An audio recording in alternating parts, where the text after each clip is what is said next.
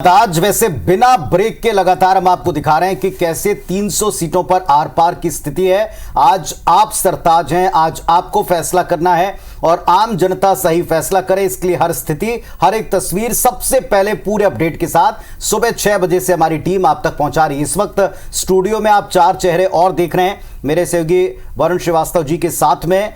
उनसे तो हम बातचीत करेंगे, लेकिन यहां महेंद्र छाबड़ा साहब हैं कांग्रेस पार्टी के प्रतिनिधि छत्तीसगढ़ में, संजय श्रीवास्तव जी हैं भारतीय जनता पार्टी से, मध्य प्रदेश से भी अवनीश बुंदेला साहब जुड़ चुके हैं, कांग्रेस पार्टी के मीडिया के उपाध्यक्ष हैं मध्य प्रदेश के। नमस्कार, उनको भी शुभकामनाओं के साथ में। इसके साथ साथ वहां मिलन भार्गव साहब हैं भारतीय जनता पार्टी से, तेज तर्रार नेता, तर्कशील व्यक्ति हैं, उनको भी मैं शुभकामनाएं देता हूं, नमस्कार करता हूं। लोकतंत्र के उत्सव में आप सबसे हम बातचीत जारी रखेंगे। ब्रेक पर जाने से पहले संजय श्रीवास्तव जी ने कहा कि पिछले 72 घंटों में 5 कत्ल हो गए। ये है यहां की व्यवस्था और इस व्यवस्था को मद्देनजर रखते हुए भी लोग वोट क्यों ना करेंगे। छाबड़ा जी, देखिए, भारतीय जनता पार्टी के साथी के पास अपने कोई काम को बताने का कोई विषय नहीं रहा है। जहां तक अपराध की बात की है तो छत्तीसगढ़ में जब भी कहीं पर भी किसी भी प्रकार का अपराध हुआ हो तो निश्चित रूप से पूरी पुलिस जो है मुस्तैदी के साथ काम की है। और जो घटनाएं अभी इन 2-3 दिनों में हुई है उसके भी अपराधी जेलों के पीछे रहेंगे। मैं तो ये बात कहना चाहूंगा कि जब भारतीय जनता पार्टी की सरकार थी तो अपराध की तुलना में छत्तीसगढ़ में जो कांग्रेस की सरकार रही है उसमें अपराध की तुलना में कमी आई है। और यदि अपराध होता है तो पुलिस अपनी जिम्मेदारियों का निर्वहन करती है और ये जो अपराधी है एक और छोटा सा सवाल जाएंगे और बहुत जेल के पीछे एक और मेरा छोटा सा सवाल है। इस वक्त अभी हम सुन रहे थे, पूरे मुख्यमंत्री जी के परिवार को देख रहे थे, आता हूं संजय जी आपके पास भी, पूरे परिवार को देख रहे थे। परिवार का कॉन्फिडेंस साथ होना बहुत जरूरी है, लेकिन जनता साथ है या नहीं है उसके बारे में जो दावा है कि कोई दो तरफा मुकाबला है ही नहीं, कोई त्रिकोणीय मुकाबला है ही नहीं। अभी एक सीट के लिए है कि पूरे प्रदेश के लिए, आप जरा स्पष्ट करें, क्योंकि बाहर से लोगों को लग रहा है एक तरफ जोगी परिवार के सदस्य वहीं से खड़े हुए हैं, ताल ठोक रहे हैं। 2 मुकाबले में जो लोग हैं वो चाचा भतीजा बताए जाते हैं, बाकायदा नारे चले, अब की बार कौन जीतेगा। देखिए, जहां तक मुख्यमंत्री जी ने जो उत्तर दिया है, मैं भी स्क्रीन पर देख रहा था, जो रिपोर्टर ने ये सवाल किया कि पाटन पे त्रिकोणीय मुकाबला है, तो उन्होंने कहा कि यहाँ त्रिकोणीय मुकाबला नहीं है और एक तरफा मुकाबला है। तो मुझे ऐसा लगता है कि उन्होंने जो उस समय वक्तव्य दिया है वो पाटन विधानसभा क्षेत्र के लिए दिया संदर्भ में, ठीक है, संदर्भ में दिया। संजय जी, अब जरा पूरे प्रदेश की तस्वीर आप बताएं। बहुत दावे हो गए कि पहले फेज में हमने एकदम क्लीन स्वीप कर लिया है, पहले फेज में ही हम जीत के बहुत करीब पहुंच गए और अब दूसरा फेज उस पर मोहर लगा देगा। कांग्रेस पार्टी के तमाम नेता कहते हैं कि ये सिर्फ हवा है, बल्कि उन्होंने तो कल ये भी अपने कार्यकर्ताओं को कहा है कि आप लोग उकसाएं तो उसके उकसावे में ना आए। देखिए, मुझे ऐसा लगता है पुनीत जी, जब इस तरीके के दावे होते हैं कि एक तरफा मुकाबला है, इसका सीधा सा अर्थ है कि कॉन्फिडेंस समाप्त हो चुका है, हार का डर है। तो आदमी आनंद फानंद में स्वयं कुछ भी कहता है, 75 पार 80 पार या फिर एक तरफा मुकाबला है। देखिए, राजनीति के क्षेत्र में जब भी चुनाव होते हैं, मुकाबले होते हैं, भाजपा और कांग्रेस का मुकाबला, हमने कभी इस तरीके की बातें नहीं की कि एक तरफा मुकाबला रहा। तो मुझे लगता है ये डर भय ही इनको सता रहा है और उसका उल्लेख मैंने पहले भी किया कि प्रथम चरण के चुनाव के बाद भी घोषणाएं हो रही हैं और घोषणाएं होने की संभावनाएं लगातार रही हैं। ये इस बात को सिद्ध करता है। देखिए, कुल मिलाकर सरकार में कांग्रेस थी, भूपेश बघेल की सरकार थी, उन्होंने बहुत सारे दावे किए, बहुत सारी घोषणाएं पत्र के माध्यम से उन्होंने विषयों को रखा है। घोषणा पत्र के माध्यम से सरकार पूर्ण रूप से सफल हो गई है। मैं इसको बार-बार रिपीट नहीं करना चाहता। आज छोटे-छोटे उत्तर लूंगा, आज छोटे-छोटे उत्तर लूंगा, क्योंकि आप देख रहे हैं बहुत तेजी से प्रतिक्रियाएं आ रही, आपकी बात ना कटे, ये पूरा प्रयास मेरा होगा। छाबड़ा साहब, एक छोटी सी आप उत्तर दे दीजिए, आपको बार-बार बीच-बीच में घोषणाएं क्यों करनी पड़ रही, क्या काउंटर करना पड़ रहा है, बार बार बताना पड़ रहा है कि साहब ये उन्होंने घोषणा की तो हम भी ऐसा ही कर देंगे। देखिए, ये कांग्रेस पार्टी की रणनीति का हिस्सा रहा है और भारतीय जनता पार्टी को उलझाने का काम हमने किया है। और ये पहले से तय किया गया था कि अलग अलग जो विषय हैं, जो हमारी योजनाएं हैं, जिन मुद्दों को लेकर हम चुनाव में जाना चाहते हैं, उन मुद्दों को अलग अलग समय समय पर उठाएंगे और हमने यही किया। और वही सब मुद्दे घोषणा पत्र में भी शामिल किए गए हैं। जहां तक घोषणा पत्र के जाने के बाद एक योजना की घोषणा मुख्यमंत्री जी ने की है, ये भी हमारी रणनीति का हिस्सा रहा है। ठीक है, एक छोटा कमेंट मुझे वरुण जी से लें। वरुण जी, ये रणनीति का हिस्सा है, बल्कि लोग एक्सपर्ट जो कल से हम बातचीत कर रहे हैं ये कह रहे हैं कि जिनको फ्रीबीज बताया जाता था उन्हीं के सहारे पूरा इलेक्शन डालना पड़ा है। आप सामने वाले के घोषणाओं पर काउंटर दे रहे हैं, ये क्या आपको लगता है, ये रणनीति है? ये रणनीति नहीं है, ये तो बाद में जो एड ऑन की गई चीजें हैं। क्योंकि आप देखिए घोषणा पत्रों में आपने सारी बात कह रही थी, हम कल ये निकाल रहे थे कि इस पर कितना बर्डन आएगा, तो दोनों ने बर्डन में कोई कसर नहीं छोड़ी है। मोटा मोटी बजट का अगर कैलकुलेशन करते हैं तो छत्तीसगढ़ के पास सिर्फ 47,000 करोड़ रुपए होते हैं काम करने के लिए, बाकी तो स्टैब्लिशमेंट, सैलरीज वैलरीज एटसेट्रा में खर्च हो जाता है। तो बचा सिर्फ आपके पास 47,000 करोड़ से लेकर 50,000 करोड़ के बीच का बजट। दोनों ने जो घोषणाएं की हैं तो 44,000 करोड़ फ्री बीज की घोषणाएं लगभग कांग्रेस ने की हैं और 32,000 करीब कुछ करोड़ की घोषणाएं बीजेपी ने की। एक हिसाब ये भी निकाला गया था वरुण जी कि जो पिछली बार सरकार चली है छत्तीसगढ़ में, उसमें घोषणाओं का ही व्यय इतना हो गया था कि जो इंफ्रास्ट्रक्चर है, डेवलपमेंट जिसको आप कहते हैं, उस पर शायद फोकस कम रहा था। हालांकि उस पर हम बाद में आएंगे। एक अपडेट हमको मिल रहा है, अविनाश कर मेरे सहयोगी इस वक्त रायगढ़ में मौजूद हैं। सबसे हाई प्रोफाइल सीटों में एक मुकाबला वहां भी है, देश के गृह मंत्री वहां जाकर बड़े आदमी वाली बात कह चुके हैं। और इसके बाद चूंकि ओपी चौधरी चुनाव मैदान में है, सीधे अविनाश के पास में हम लिए चलते हैं। अविनाश, मुझे सुन पा रहे हो? बताएं, वहां का अपडेट दें।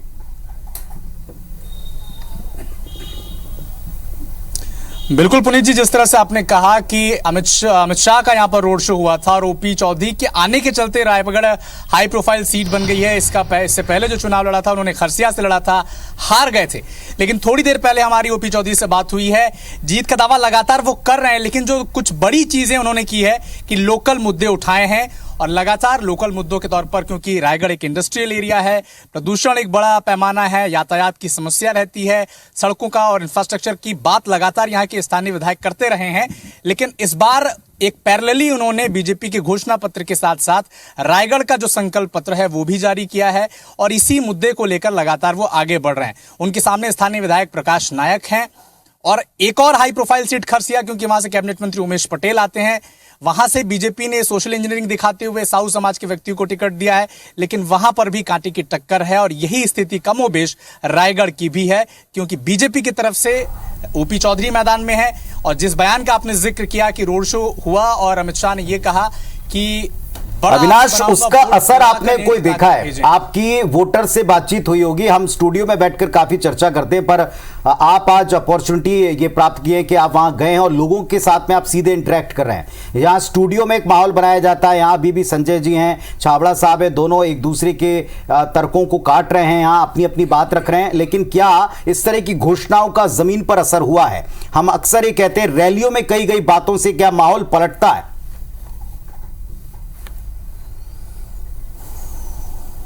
बिल्कुल पुनीत जी, जिस तरह से हमने आम आदमी से लेकर जो लोकल लोग हैं वहां से उनसे बात की, और एक खास बात इस चुनाव में आप सब ने नोटिस की होगी कि वोटर साइलेंट है।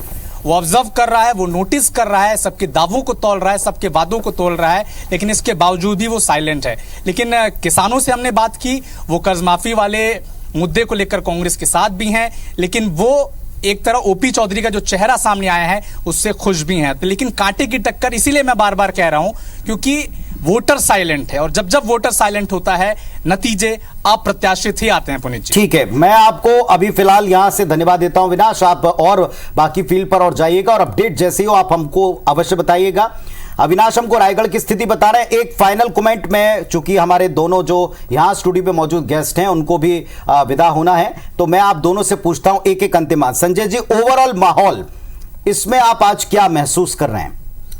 देखिए पुनीत जी, मैंने कहा ओवरऑल जो माहौल है आज ही नहीं, कोई एक सेंटिमेंट है या मिक्स सेंटिमेंट, जैसे भी आप अविनाश को भी सुन रहे थे? नहीं, देखिए सेंटिमेंट्स पूर्ण रूप से बीजेपी के साथ में है। वो कारण इसलिए नहीं कि हम भाजपा के लोग हैं इसलिए हमारे साथ में है।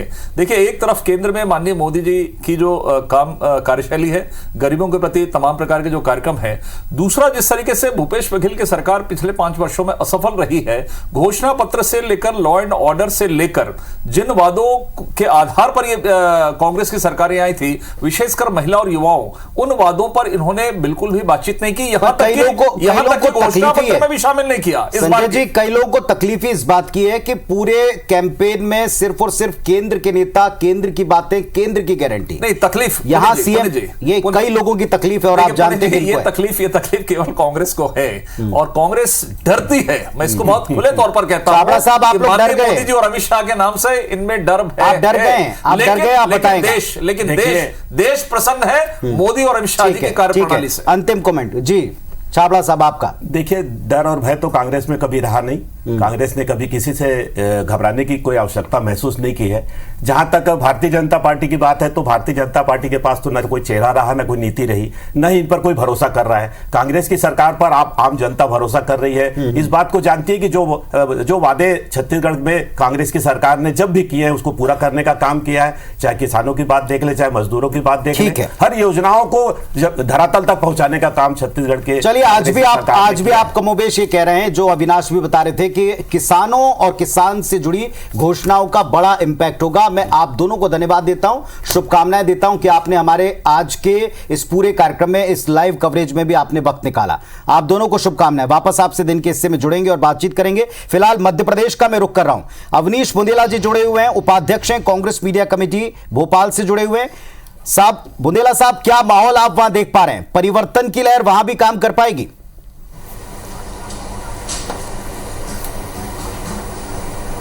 देखिए, सबसे पहले तो मैं मध्य प्रदेश के समस्त नागरिकों को उनका अभिनंदन करता हूं, बधाई देता हूं, क्योंकि आज लोकतंत्र का महापर्व है। और जिस तरह से सुबह से देखा कि मतदान का प्रतिशत जिस तरह से एकदम ऊपर जा रहा है, जैसे 11 बजे तक लगभग 28% मतदान हो चुका था, तो ये बताता है कि मध्य प्रदेश परिवर्तन की ओर जा रहा है। मध्य प्रदेश में परिवर्तन की लहर जबरदस्त है। और क्योंकि जनता ने भी देखा निरंतर कि पिछले 18 साल से जो एक सरकार सत्ता के शिखर पर बैठी है, वो जनता से निरंतर झूठे वादे, झूठी घोषणाएं करती आई हैं। देखिए, वचन पत्र जो आपका घोषणा पत्र होता है, वो कहीं ना कहीं आपका विजन बताता है और बताता है कि बेसिकली आप हकीकत में जनता को क्या करने वाले हो, उनके लिए आपके पिटारे में, आपके खजाने में क्या है। मतलब मध्य प्रदेश की जनता ने देखा कि पिछले 3 महीने से पूरे प्रदेश ने एक पोस्टर देखे कि अब 3000 रुपए देंगे लाडली को, अब 3000 रुपए देंगे। और जब घोषणा पत्र आया पुनीत जी, तो उसमें अब 1250 रुपए लिखे गए। मतलब ये बताता है कि वही वाली स्थिति कि अगर हम कल को चुनाव की बात कहेंगे तो अमित शाह जी कह देंगे वो तो जुमला था, चुनावी जुमला था। मतलब ये बताता है कि भारतीय जनता पार्टी जुमलों से बाहर नहीं आ पा रही है। भारतीय जनता पार्टी, इनके नेता दिल्ली से आकर मोदी जी, अमित शाह जी, नड्डा जी सिर्फ जुमले कहते आए, और आप देखें और घोषणा पत्र जब इनका आया संकल्प, तो उसमें कहीं कुछ और पाया गया। और एक दूसरी थोड़ी समस्या जनता ये भी देख रही है कि आपके पास चेहरा नहीं है। 18 साल से जो आपका मुख्यमंत्री है, जो प्रदेश की जनता का नेतृत्व करता आया है, उसको आपने दरकिनार कर दिया। मिलन साहब सुन रहे हैं आपको? स्थिति ये हो गई कि जब कैंपेन शुरू, मिलन साहब सुन रहे हैं आपको? आपकी बात पर प्रतिक्रिया में उनसे चाहूंगा। मिलन साहब, मध्य प्रदेश में भी क्या इतने लंबे समय तक सरकार के बाद अब आपको बिना चेहरे के या केंद्रीय चेहरों पर पूरे चुनाव को ले जाना पड़ा है? ये विवशता बन गई, आपके सेंटर के लोगों को, सांसदों को, केंद्रीय मंत्रियों को लड़वाना पड़ा है?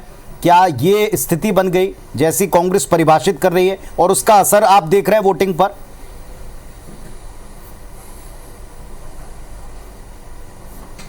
देखिए पुनीत भाई, हमारी तो उपलब्धि है कि हमारे पास एक ऐसा चेहरा है जो विश्व में आज लोकप्रिय है। उस चेहरे की दम पर केंद्र सरकार में जिस प्रकार से देश का उदय हुआ और देश आगे बढ़ रहा है, प्रगति हो रही है। और मध्य प्रदेश में पिछले 20 वर्षों में 2003 से 2023 तक माननीय मुख्यमंत्री शिवराज सिंह चौहान जी जैसा मजबूत, संवेदनशील और बेटियों के मामा और बहनों के भाई जैसा सशक्त और मजबूत चेहरा है, और जैसा शुभंकर हमारे प्रदेश अध्यक्ष वीडी शर्मा जी जैसा चेहरा है, माननीय नरेंद्र सिंह तोमर जी जैसा चेहरा है, प्रहलाद पटेल जी जैसा चेहरा है, कैलाश विजयवर्गीय जैसा चेहरा है, इतने तमाम मजबूत चेहरों से ढई हुई कांग्रेस पार्टी आज बिखरी हुई है। इनका कुर्ता फाड़ जिस प्रकार से कमलनाथ जी ने शुरू किया, वो दिग्विजय सिंह जी कमलनाथ जी के कुर्ते फड़वाते रहे, फिर अजय सिंह जी विधानसभा तक सीमित हो गए, सुरेश पचौरी घर से नहीं निकले और अरुण यादव खेती करने में लग गए। तो तमाम नेता जो चुनाव के रण से पहले ही बाहर हो गए, और ईवीएम का रोना दिग्विजय सिंह जी ने जैसे चुनाव की वोटिंग से पहले ही शुरू कर दिया।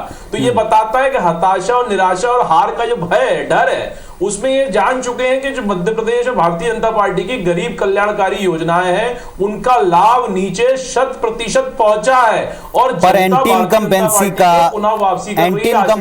का, साथ में अधूरी बातों का, चुराई हुई सरकार है, इन जुमलों का या इन आरोपों का आपको असर लगता है? क्योंकि कांग्रेस पार्टी ने भी अब की बार एग्रेसिव प्रचार किया है और यह दावा किया है कि जनता ने परिवर्तन का मूड बनाया हुआ है।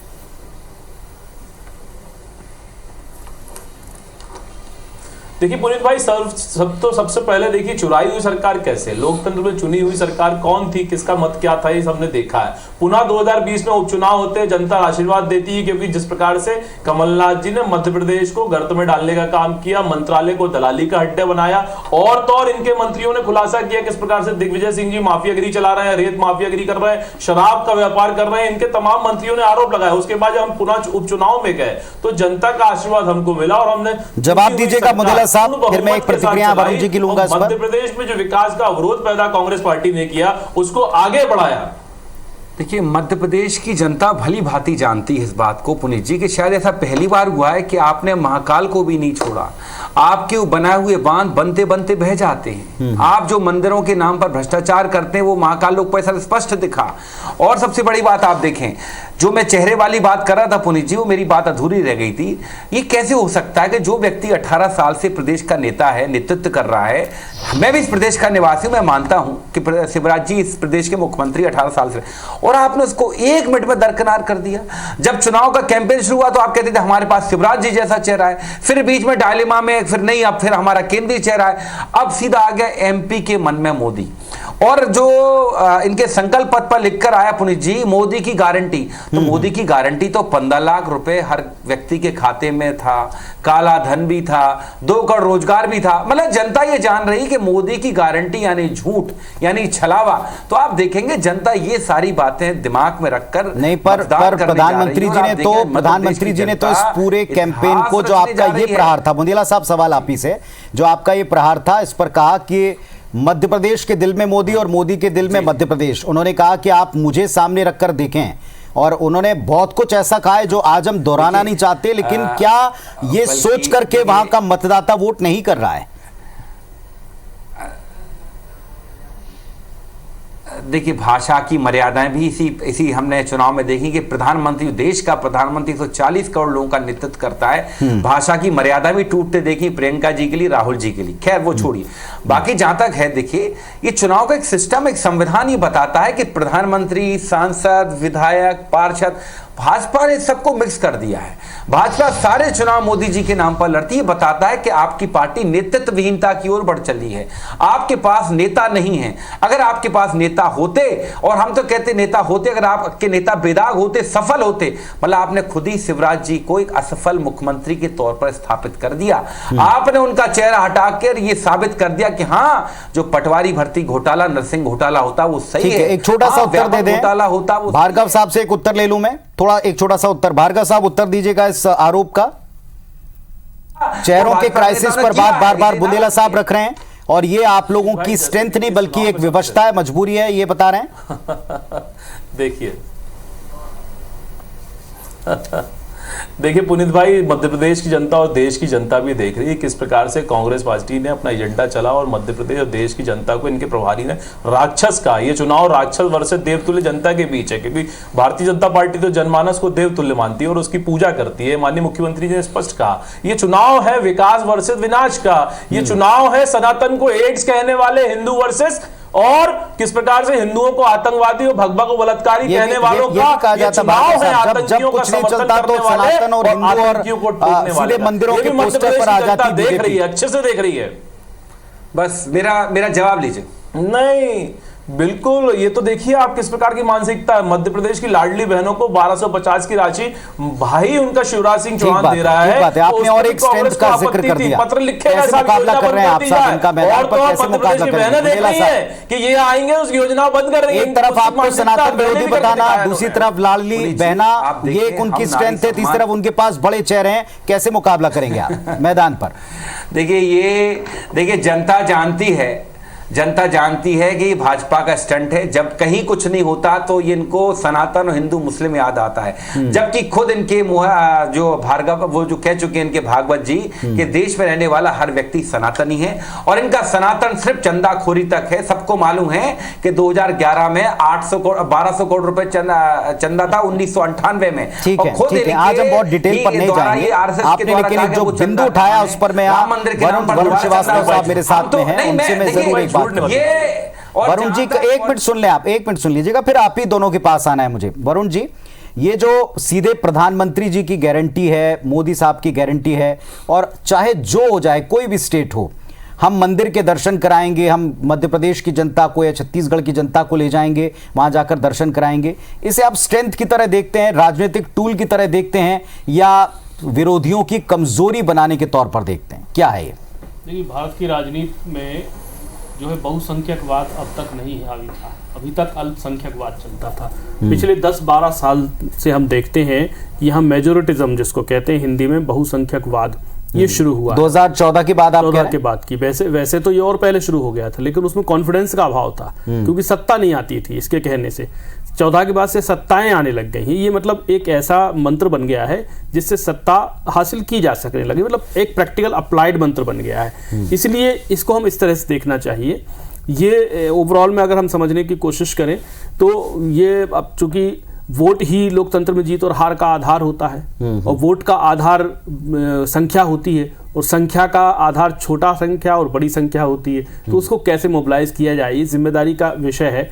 इस पे कुछ आने वाले दिनों में अगर कुछ लॉज लीगल। लाडली बहना का हम सुबह से एक एक नेता के जुबान पर नाम देख रहे हैं, आप और हम भी समझते हैं संकेतों में आज बात होती है। संकेत किस तरफ है? प्रधानमंत्री से लेकर मुख्यमंत्री से लेकर हर कोई आज जो जिक्र कर रहा है लाडली बहनों का, आधी आबादी का। बिल्कुल, ये जो एक नए टर्म्स आई है, आपने देखा हो 2017 के चुनाव के बाद से, बेनिफिशियरी ग्रुप। तो ये बेनिफिशियरी ग्रुप था ना, प्रधानमंत्री आवास का बना, फिर दूसरी सरकारों की दूसरी योजनाओं का बना। तो ये एक बड़ा एक तरीका है चुनाव को एक तरह से एक लाभार्थियों वाला, लाभार्थी और याद दिलाना। तो लाभार्थी ग्रुप अब काय का बनाओगे आप? घर आप दे रहे हो या चल रही योजनाएं, भोजन आप करा रहे हो, चल रही योजनाएं, सड़कें हैं, सड़कों का कोई लाभार्थी एक कोई ग्रुप नहीं बनता, सभी उसको इस्तेमाल करते हैं, वो एक एम्बियंस बनता है किसी भी स्टेट में। तो पर्टिकुलर जो ग्रुप कर बनाने हैं तो ऐसी योजनाएं लानी पड़ेंगी जिसमें लाडली बहना। मेरा सवाल एक ये है, और जनता के मन में भी, क्या इस एक घोषणा से आप पूरा माहौल पलट सकते हैं? चलिए मैं आऊंगा आपके पास में। मुख्यमंत्री भूपेश बघेल छत्तीसगढ़ पाटन पहुंचे, वोट डालने की प्रक्रिया में जाते समय की तस्वीरें भी आपको दिखाएं और बाहर निकलते समय की तस्वीरें भी आपको दिखा रहे हैं। ये तस्वीरों में आप देख रहे हैं छत्तीसगढ़ के मुख्यमंत्री भूपेश बघेल। कांग्रेस पार्टी के आज की तारीख के पूरे देश में सशक्त नेताओं में इनकी गिनती हो गई है। 5 साल का इनका कार्यकाल पूरे देश के पटल पर इनको ले आया है। और अब छत्तीसगढ़ की राजनीति में जैसे एक वक्त जोगी को लेकर कहा जाता था, ऐसे इस दौर को भी आप सहमत हो असहमत हो, लेकिन आप पूरी तरह से खारिज नहीं कर सकते।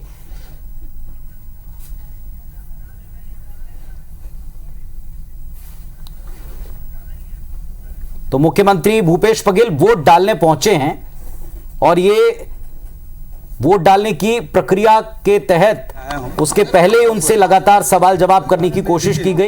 क्या उन्होंने शुरू में कहा वो भी सुनवाते हैं। निकलते हैं अब मतदान करके फिर अपने काम में लौटते हैं, उनका दिन भर का रोजी नुकसान ना हो। सर किस तरह का माहौल सर? यही करते हैं कि भाई सब लोगों को मौका मिले ज़्यादा से ज़्यादा। अभी भी देखिए लाइन लगी हुई है। क्या माहौल मिल रहा है सर? जबरदस्त माहौल है पूरे छत्तीसगढ़ में, सब जगह बहुत उत्साहपूर्वक सब लोग मतदान केंद्रों में जा रहे हैं, घरों से निकल रहे हैं, चाहे महिला हो, युवा हो, बुजुर्ग हो, सब लोग। सर कौन से सरकार का घोषणा पत्र के कमाल दिखा पाएगा? देखो 5 साल जो हम लोगों ने काम किया है, इस कारण से हमारी सरकार पे भरोसा है, और जो हम लोग जो कर रहे हैं उस पर भरोसा कर रहे हैं। मोदी की गारंटी की कोई गारंटी नहीं है। जी कह रहे हैं कितना पार? इस बार 75 पार। सर रामभद्राचार्य जी कह रहे हैं कि राम भक्त को वोट दीजिए। सही बात है, वो व्यापार कर रहे हैं। भारतीय जनता पार्टी के लोग हैं, वो व्यापार कर रहे हैं, उसे नोट भी कमा रहे हैं और वोट भी मांग रहे हैं। हम लोग तो मुख्यमंत्री भूपेश बघेल जब वोट डालने पहुंचे तब मीडिया ने घेरा। हमारे सहयोगी हितेश की आवाज भी हमने सुनी, वहां भी उन्होंने पूछा कि दरअसल आज का माहौल कैसा है। तो बड़े उत्साह के साथ लोग आधा दिन बीतने के बाद भी कतारों में हैं, और ये कतार बढ़ती जा रही है। अगर आपने वोट नहीं किया तो आप भी जाएं, वोट करें। अपडेट हम आपको देते रहेंगे। हमारे साथ में अवनीश बुंदेला साहब, मिलन भार्गव साहब बने हुए, यहाँ वरुण जी बने हुए हैं। अपडेट आपको मिलता रहेगा। तो लोकतंत्र का उत्सव, आज वोटिंग का दिन। वोट आपने नहीं किया है तो मध्य प्रदेश और छत्तीसगढ़ में सेकंड फेज में 70 सीटों के तमाम नागरिकों से करबद्ध प्रार्थना है कि जाएं साहब, वोट करें। अधिकार के साथ ही आपका कर्तव्य है। अगले 5 साल शिकायतों से बेहतर है कि आज अपनी ड्यूटी तो निभाएं, अपना दायित्व निभाएं। हर एक सीट से 300 सीटों पर नजर है हमारी। हर एक सीट से हाल हम आपको बता रहे हैं, हमारे सहयोगी बता रहे हैं। इस वक्त कोमल धनेसर हमारी सहयोगी भिलाई से मौजूद हैं। कोमल, आप कहां इस वक्त मौजूद हैं और वहां से अपडेट दें।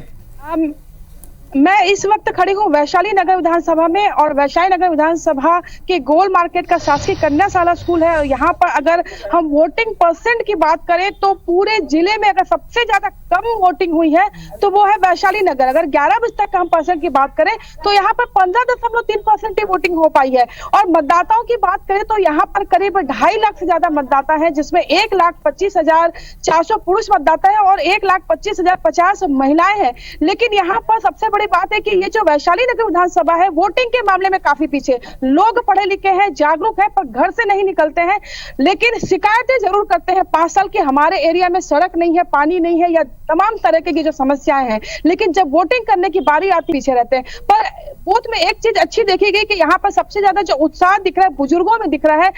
बुजुर्ग पहुंच रहे हैं, व्हील चेयर में पहुंच रहे हैं। यहाँ पर संगवारी केंद्र बनाया गया है, उनके वॉलंटियर्स हैं, एनसीसी एनएसएस के कैडेट्स हैं। इसके अलावा निगम के कर्मचारी भी यहाँ मौजूद हैं जो यहाँ पर हेल्प के लिए खड़े हैं।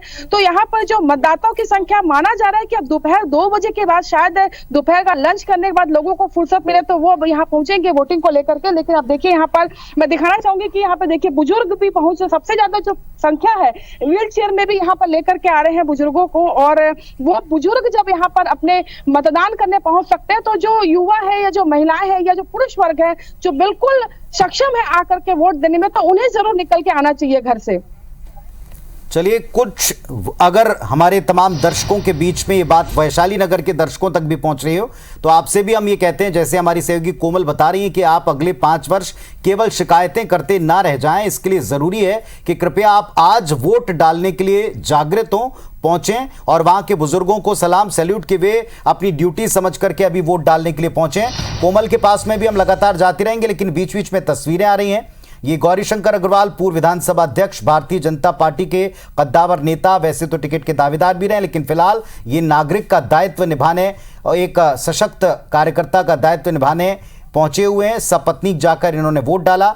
आज मध्य प्रदेश में 230 सीटें और छत्तीसगढ़ की 70 सीटों पर सेकंड फेज में मत डाले जा रहे हैं। पूर्व विधानसभा अध्यक्ष हैं, एक सीनियर कद्दावर लीडर हैं गौरीशंकर अग्रवाल, वे पहुंचे और अपना मत डाला, वोटिंग की है। हर एक रीजन, हर एक संभाग से बड़े नेताओं, दिग्गजों के वोटिंग करती तस्वीरें भी आपको दिखा रहे हैं।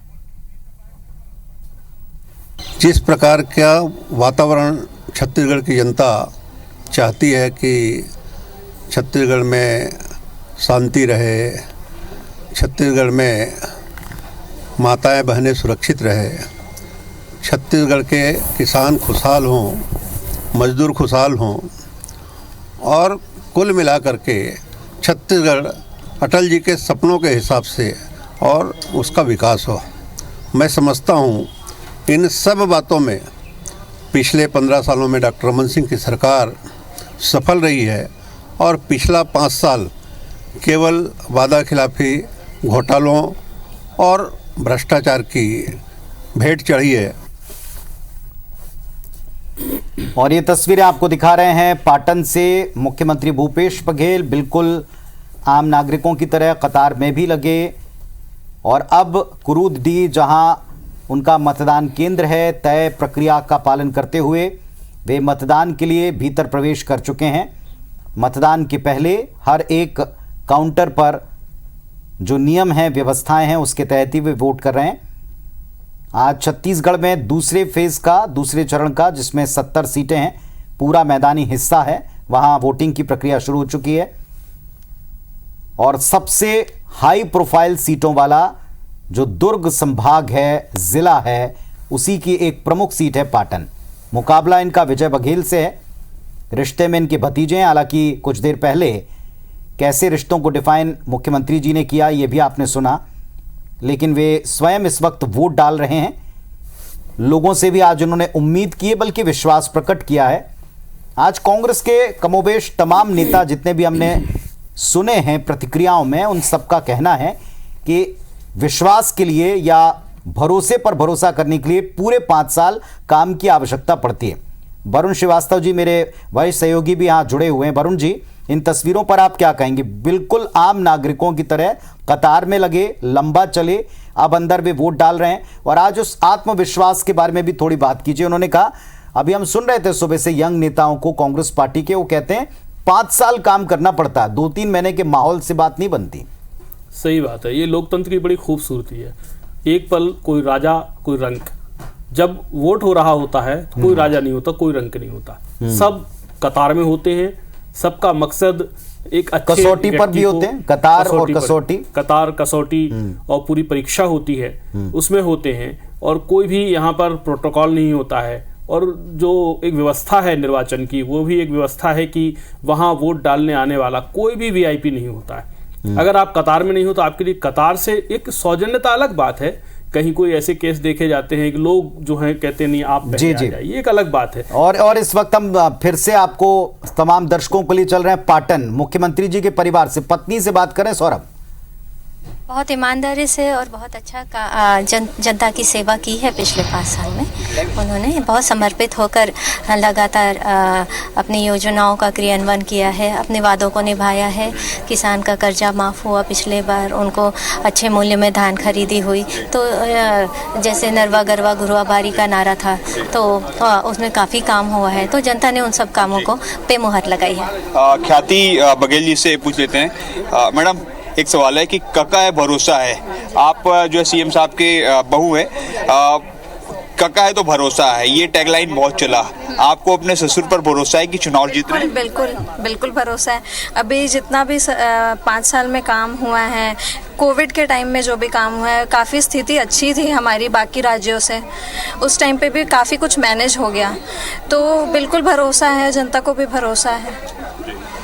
तो आपने सुना मुख्यमंत्री भूपेश बघेल की पत्नी, बहन और बहू को, जिनका कहना है कि इस बार फिर से कांग्रेस की सरकार बनेगी, चूंकि मुख्यमंत्री रहते हुए उन्होंने बहुत अच्छा काम किया है।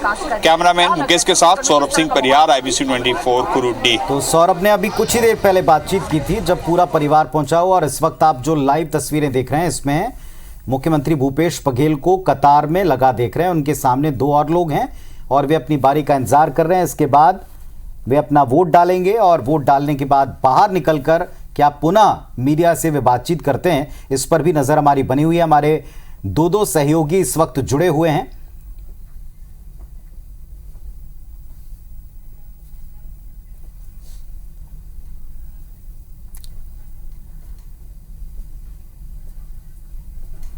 तो मुख्यमंत्री भूपेश बघेल अपना वोट डाल चुके हैं और ये कुछ देर पहले उनके वोट डालने वाली तस्वीरें हम आपको दिखा रहे हैं। सर, यहाँ पे खड़ा हो जाइए मेरे साथ।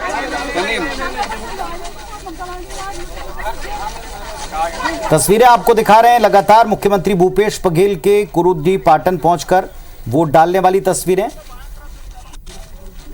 और इसके बाद क्या बातचीत की उन्होंने मीडिया से वो भी आपको सुनवाएंगे। तमाम दिग्गज नेता वोट कर रहे हैं, अपील भी करते हैं आप सबसे कि आप सभी भी मतदान करें, वोट करें। सुनते हैं मुख्यमंत्री भूपेश बघेल को।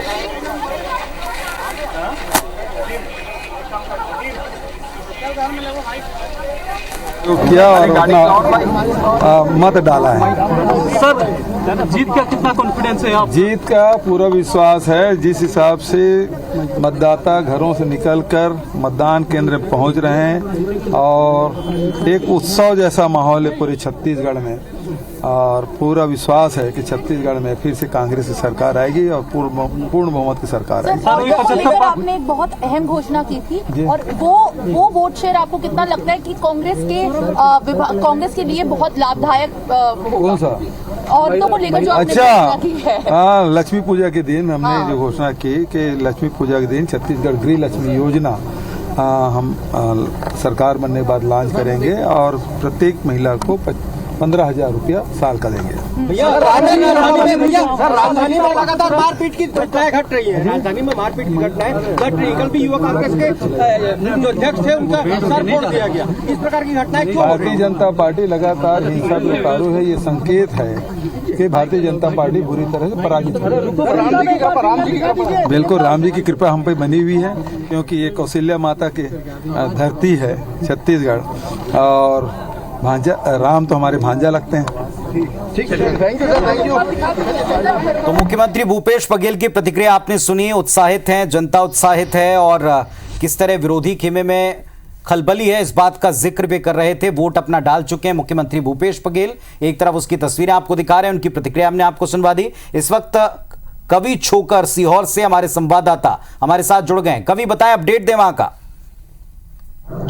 देखिए, लगातार यहाँ पर जो है उत्साह देखा जा रहा है। 18 साल से अधिक के जो बच्चे हैं वो भारी खुश हैं और उनमें एक अलग ही एक वो है, इसको लेकर लगातार उनसे हमारी कुछ से पहले जो बात हुई थी, उनका कहना है कि पहली बार जो मतदान करने आए हैं, एक अलग ही उनके चेहरे पे एक चमक, एक खुशी है। इसको लेकर आज हमने कई वोटरों से भी बात करी। वोटरों को भी ये कहना है कि सभी ने अपील की कि हम मतदान जरूर करें, एक बार आए। और कुछ वोटर्स हमारे साथ इस वक्त मौजूद हैं, उनसे भी हम बात करेंगे और बात करने की कोशिश करेंगे कि वो वोट डालने के बाद उनको कैसा महसूस कर रहे हैं। जी, आपका नाम क्या है? मेरा नाम सोनू विश्वकर्मा है। आपने वोट डाला है, तो वोट डालने का कैसा महसूस कर रहे हैं? बहुत अच्छा महसूस कर रहा हूँ। मेरा भी सभी मध्य प्रदेश की जनता से अपील है कि अपना योगदान अवश्य करें। क्या अपील करना चाहेंगे आप?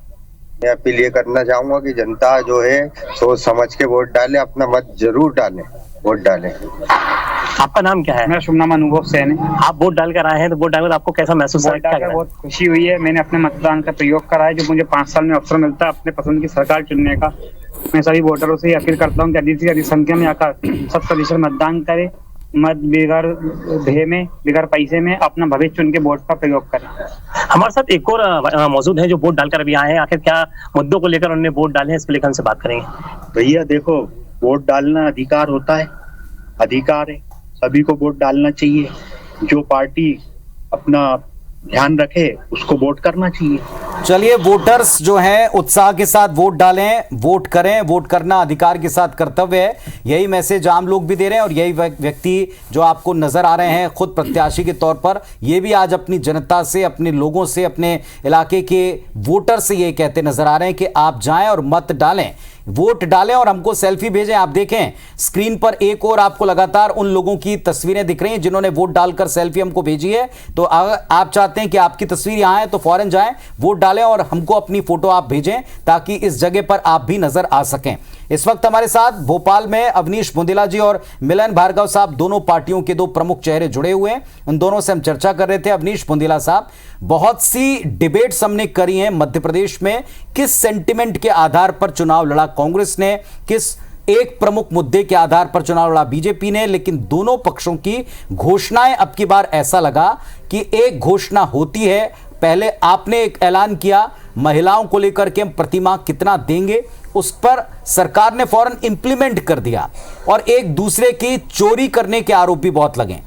क्या जनता के बीच में यह मैसेज अच्छा गया कि आप लोग अपनी एक दूसरे की घोषणाओं को कॉपी करते हैं, चोरी करने के आरोप लगाते हैं?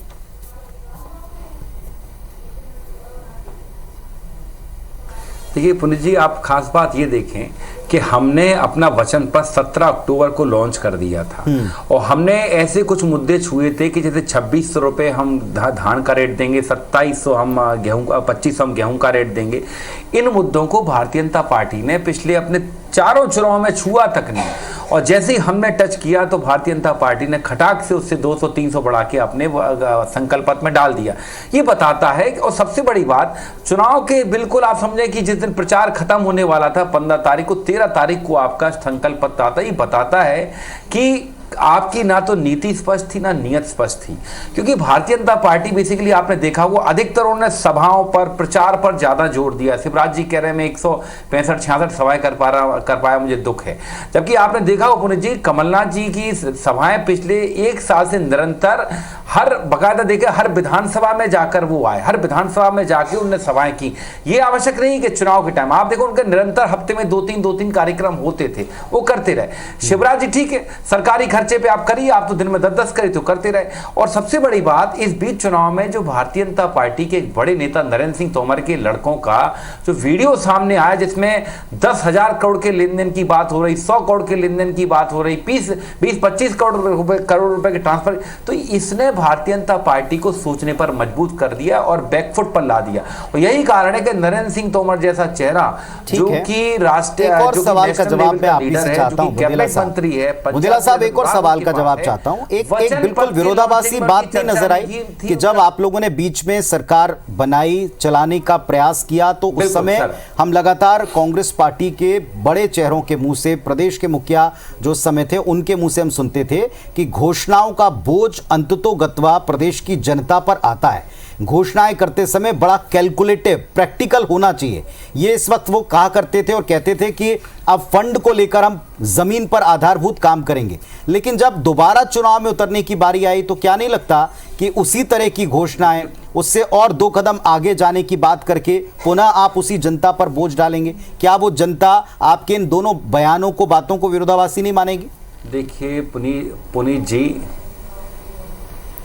पुनीत जी, आप देखें, जब हमने किसान कर्ज माफी की बात की थी तो ये कहते थे भाजपा वाले कि हो ही नहीं सकता। क्यों? क्योंकि इनने किया नहीं था। जब हम सत्ता में आए तो आप देखें, खुद विधानसभा के पटल पर इस बात को स्वीकार कमल पटेल जी ने किया कि हाँ 27.5 लाख किसानों का 12,000 करोड़ का कर्जा माफ हुआ। ये तो कहते थे फंडे, मतलब, और 15 साल से कौन थे? यही थे, भाजपा वाले थे।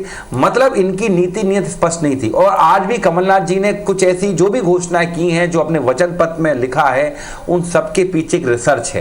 ये तो भारतीय जनता पार्टी बताए कि मोदी जी कहते हैं कि मोदी जी रेवड़ी कल्चर के खिलाफ हैं और शिवराज जी निरंतर घोषणाओं पर घोषणा करते हैं। आप देखें ये लाडली, जो आप कह रहे हैं, ये सवाल उनके पास लेकर जा रहा हूं, बल्कि इसमें एक सवाल और जोड़ता हूं। भार्गव साहब, इसका जवाब आप दीजिए इस मंच पर कि जिनको आप रेवड़ी बताते थे वो रेवड़ियां अब आप लोग क्यों बांट रहे हैं, क्यों बांटनी पड़ रही हैं, वो भी खास तौर पर जब आप 4 टर्म सरकार चला लेते हैं। एक बात। दूसरी बात यह कि जब लखपति बहना का प्लान और लेकर के मुख्यमंत्री जी चल रहे थे तो फिर लाडली बहना लानी पड़ी केवल इसलिए कि कांग्रेस ने पहले घोषणा कर दी थी, कुछ गारंटियों में इस गारंटी को प्रचारित करना शुरू कर दिया था।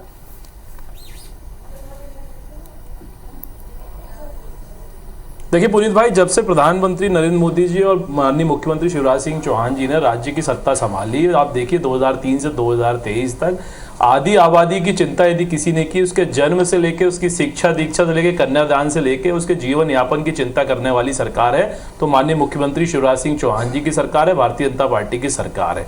लगातार हमने चिंता की बेटी के गर्भ से लेकर उसकी शिक्षा दीक्षा, Kanyadan Yojana.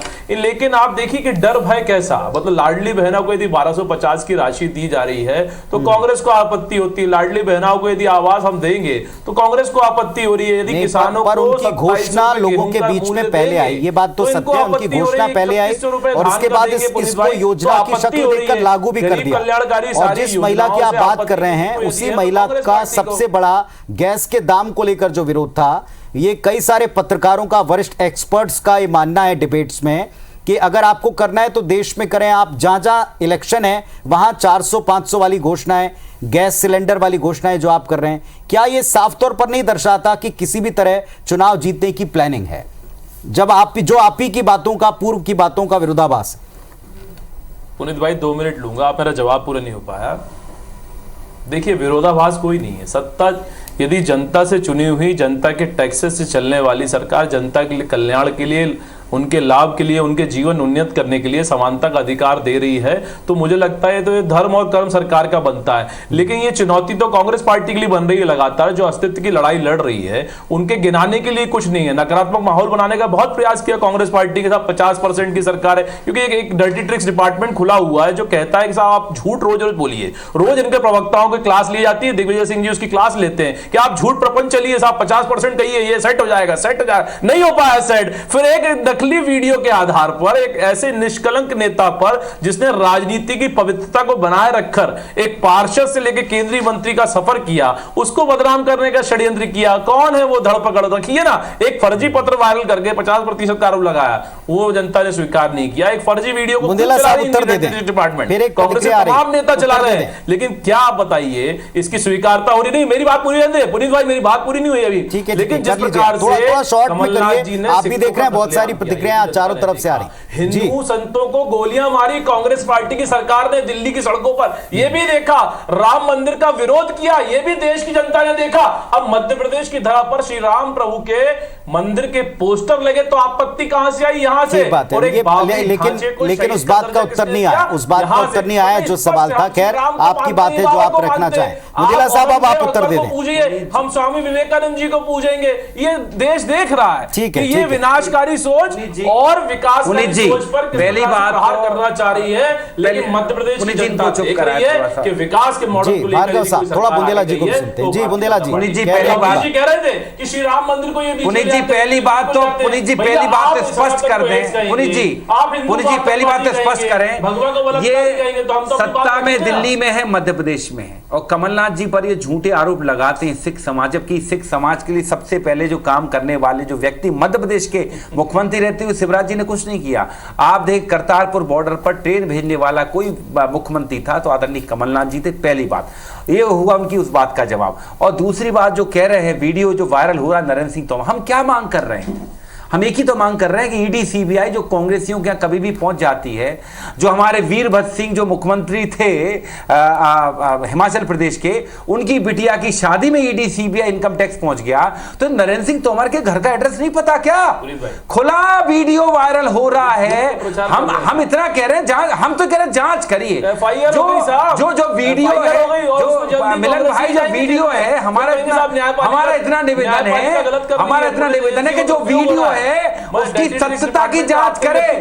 ED CBI income tax क्यों नहीं जा रही वहां पर? और जहां तक भ्रम फैलाने की बात है, ये काम भारतीय जनता पार्टी करती है। आप पुष्टि कर रहे हैं? पुष्टि करने वाले हम कोई नहीं होते, सत्ता में आप है, गृह विभाग आपका है मिलन भाई, गृह विभाग आपका है, आप पुष्टि करिए ना। आप दोनों को रोकना चाहूंगा। वरुण जी, ईडी आईटी जैसी प्रमुख जांच एजेंसियों के दबाव के लिए इस्तेमाल के आरोप दोनों जगह कांग्रेस पार्टी ने लगाए, भले वहां विपक्ष में यहां सत्ता पक्ष में, और एक तरह से यह जवाब देने की कोशिश की कि भारतीय जनता पार्टी के नेताओं को छोड़ते हुए केवल एक पक्षीय कार्रवाई, टारगेटेड कार्रवाई की जा रही। क्या अब की बार के चुनाव में दोनों प्रदेशों में यह मुद्दा है जनता के जहन में चुनाव में वोट करते समय? देखिए, जनता के जहन में ये मुद्दा कितना है ये तो बहुत समय बताएगा। 3 तारीख को जब मतपेटियां खुलेंगी तब समझ में आएगा। लेकिन एक बात बहुत समझने की है कि इस तरह के जो मुद्दे हैं, इन मुद्दों का लोगों के बीच में तभी असर होता है जब ऐसी कोई बहुत स्पष्टता से चीजें दिखती है। जैसे कोई एजेंसी कहीं पर छापेमारी करती है, वो छापेमारी सेलेक्टिव कर सकती है, लेकिन जहां छापेमारी कर रही है वहां अगर कुछ निकल रहा है तो फिर ये जो सेलेक्टिवनेस है वो थोड़ा कम पड़ता है वो हथियार। ये बात सच है कि वो सेलेक्टिव हो सकती है, कोई सरकार सत्ता का प्रभाव इतना होता है कि वो सेलेक्टिव हो सकती है, लेकिन सेलेक्टिव होने के बाद अगर मान लीजिए वहाँ कुछ ऐसा निकलता है तो फिर क्या कीजिएगा पुनीत जी? तो ये एक राजनीतिक विषय है, इस पर बहुत अस्पष्ट ही रहना बेहतर होता है पुनीत जी। चलिए, हमारे साथ में हमारे जो रिपोर्टर साथी हैं वो भी लगातार जुड़ते जा रहे हैं, उनसे भी हम पूछ रहे हैं। संतोष हमारे साथ जुड़े हुए हैं। संतोष, बताएं वहां जहां आप मौजूद हैं, पहले तो आप कहां मौजूद हैं ये भी डिटेल दें, और क्या इस वक्त का अपडेट है? बिल्कुल पुनीत जी, मैं आपको बता दूं, मैं अभी अशोकनगर विधानसभा का एक कचनार गांव है जो अशोकनगर जिला मुख्यालय से तकरीबन 25 से 30 किलोमीटर दूर है। आज लोकतंत्र के इस महापर्व पर मत की आहुति देने के लिए लोग कितने जागरूक हैं ये वोटिंग के परसेंटेज से पता चलता है। 7 बजे सुबह मतदान शुरू हुआ था और अभी 2 बज रहे हैं। 2 बजे तक की ये मतदान की पोजीशन है। 48% मतदान जिले में हो चुका है। अब जिस पोलिंग बूथ पर हम खड़े हुए हैं यहाँ पर 60% से अधिक मतदान हो गया है। इस बार जो परसेंटेज में अगर आप रेशो में देखेंगे तो वो सबसे ज्यादा प्रतिशत जो महिलाओं का है वो मतदान में रुचि लेती हुई दिखाई दे रही है। अभी जो माहौल है अगर अपन देखेंगे, अमूमन जो वोटिंग का परसेंटेज है वो दोपहर के बाद बढ़ता था, शाम तक आते आते इस परसेंटेज में ग्रोथ होती थी, लेकिन आज अब जो इस बार देखने को मिल रहा है वो सुबह से ही प्रतिशत दिनों धीरे धीरे बढ़ता ही चला जा रहा है। और अभी भी अपने पास 4 घंटे का जो चुनाव है वो अभी शेष है, 4 घंटे और मतदान होना है। अभी हम लोग जहां पहुंचे हैं वहां पर मतदान लगभग ठंडा हो चुका है। 60% इस पोलिंग पे मतदान हुआ है और शांतिपूर्ण मतदान चल रहा है। इस बार लोगों को मतदान में रुचि दिलाने के लिए प्रशासनिक स्तर पर बड़ी तैयारियां की गई हैं। हम जिस जगह खड़े हैं ये एक आदर्श मतदान केंद्र है। इसको इको फ्रेंडली बनाया गया है। इसमें किसी भी तरह की प्लास्टिक का यूज नहीं किया गया, नेचुरल प्रोडक्ट या आर्टिफिशियल फूलों का उपयोग किया गया है। चलिए, ये आप दिखा रहे हैं वहां अशोकनगर का हाल। बड़ा एक अपडेट ये कि 2 बजे तक 48% मतदान अशोकनगर में हुआ है। नीरज योगी गुना से सहयोगी हमारे साथ में जुड़ रहे हैं, उनका रुख करते हैं। नीरज, अपडेट दें वहां का। बिल्कुल, मैं बता दूं कि गुना जिले की चारों विधानसभाओं पर अभी 47% मतदान हो चुका है और शांतिपूर्ण मतदान यहां पर चल रहा है। बताना चाहूंगा कि गुना जिले में 1092 मतदान केंद्र बनाए गए हैं। सुरक्षा को लेकर तमाम इंतजाम यहां पर किए गए हैं और लगातार प्रक्रिया है वो यहाँ पर चल रही है। बताना चाहूंगा कि गुना जिले की चारों विधानसभाओं पर बीजेपी कांग्रेस के बीच टक्कर है, लेकिन चाचौड़ा विधानसभा सीट ऐसी है जहां पर त्रिकोणीय मुकाबला देखने को मिल सकता है। बीजेपी कांग्रेस और आप पार्टी के प्रत्याशी यहाँ पर मैदान में है, जिनमें यहाँ पर कांटे की टक्कर है। और गुना जिले की चारों विधानसभाओं पर लगातार सुबह से ही मतदान यहाँ पर जारी है। काफी सुरक्षा के इंतजाम है सुबह से ही, और लगातार लोगों में भी खासा उत्साह यहाँ पर देखने को मिल रहा है। और बीजेपी और कांग्रेस के बीच यहाँ पर चुनावी घमासान है, लोगों की प्रतिक्रियाएं मिल रही हैं। चलिए आप नजर रखिएगा, नीरज आपके पास वापस आएंगे। नीरज ने अपडेट दिया कि गुना में इस वक्त 47% मतदान हुआ है, अशोकनगर में 48%, 2 बजे तक का एक परसेंटेज बता रहे हैं। हमारे तमाम सीटों पर नजर बनी हुई है, 300 सीटों पर मध्य प्रदेश में और छत्तीसगढ़ में जहां आज वोटिंग है, हर एक जगह से हाल आपको बताते रहेंगे। अवनीश जी का और भार्गव साहब का, दोनों का मैं धन्यवाद देता हूं कि आपने व्यस्ततम दिन पर भी वक्त निकाला। शुभकामनाओं के साथ अपडेट आपको मिलता रहेगा। छोटा सा ब्रेक, जल्दी लौट कर आ रहे हैं।